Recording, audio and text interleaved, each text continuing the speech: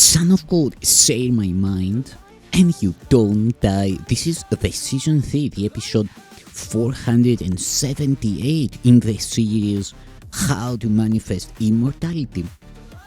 And the name of today's teaching is The Confusion of Pain and Joy.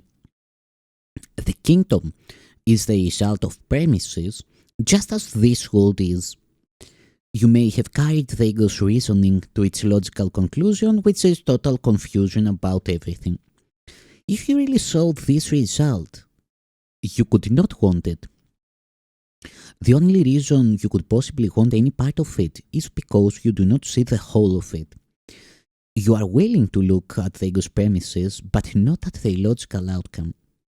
Is it not possible that you have done the same thing with the premises of God? Your creations are the logical outcome of His premises. His thinking has established them for you. They are exactly where they belong. They belong in your mind as part of your identification with His, but your state of mind and your recognition of what is in it depend on what you believe about your mind. Whatever these beliefs may be, they are the premises that will determine what you accept into your mind. It is surely clear that you can both accept into your mind what is not there and deny what is.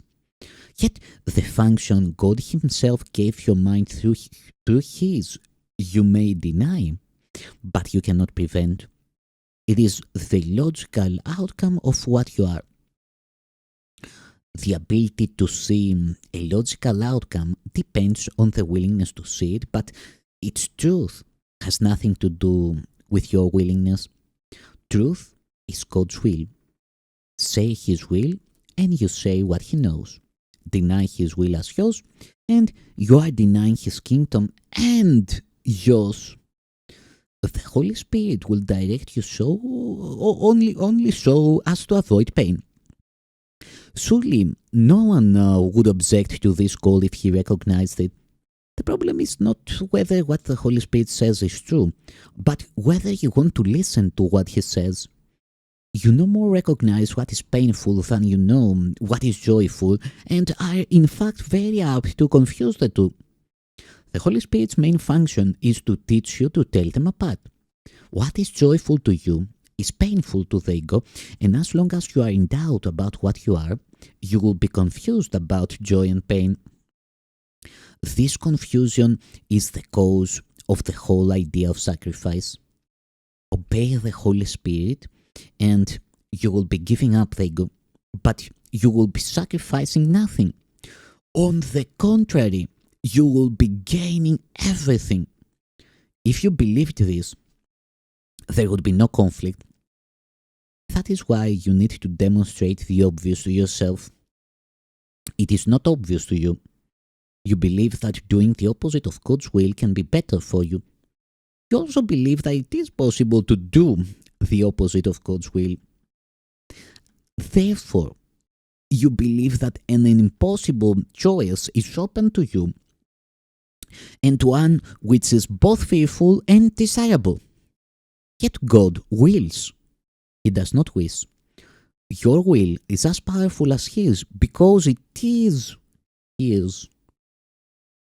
The ego's wishes do not mean anything because the ego wishes for the impossible.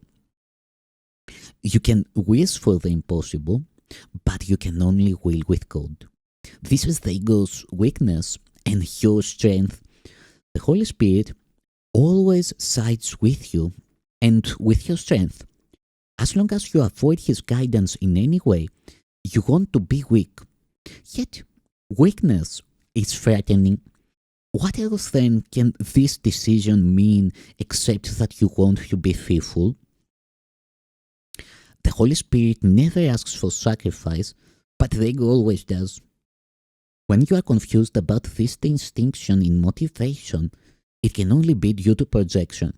Projection is a confusion in motivation, and given this confusion, trust becomes impossible. No one gladly obeys a guide he does not trust, but this does not mean that the guide is untrustworthy. In this case, it always means that the follower is. However, this too is merely a matter of his own belief. Believing that he can betray, he believes that everything can betray him. Yet, this is only because he has elected to follow false guidance. Unable to follow this guidance without fear, he associates fear with guidance and refuses to follow any guidance at all. The Holy Spirit is perfectly trustworthy as you are. God Himself trusts you, and therefore your trustworthiness is beyond question. It will always remain beyond question, however much you may question it. I said before that you are the will of God. His will is not an idle wish, and your identification with His will is not optional, since it is what you are. Sharing His will with me is not really open to choice, though it may seem to be. The whole separation lies in this error. The only way out of error is to decide that you do not have to decide anything. Everything has been given you by God's decision. That is His will, and you cannot undo it. Even the relinquishment of your false decision-making prerogative, which the ego guards so jealously, is not accomplished by your wish. It was accomplished for you by the will of God, who has not left you comfortless. His voice will teach you how to distinguish between pain and joy, and will lead you out of the confusion you have made. There is no confusion in the mind of a son of God whose will must be the will of the Father, because the Father's will is His Son.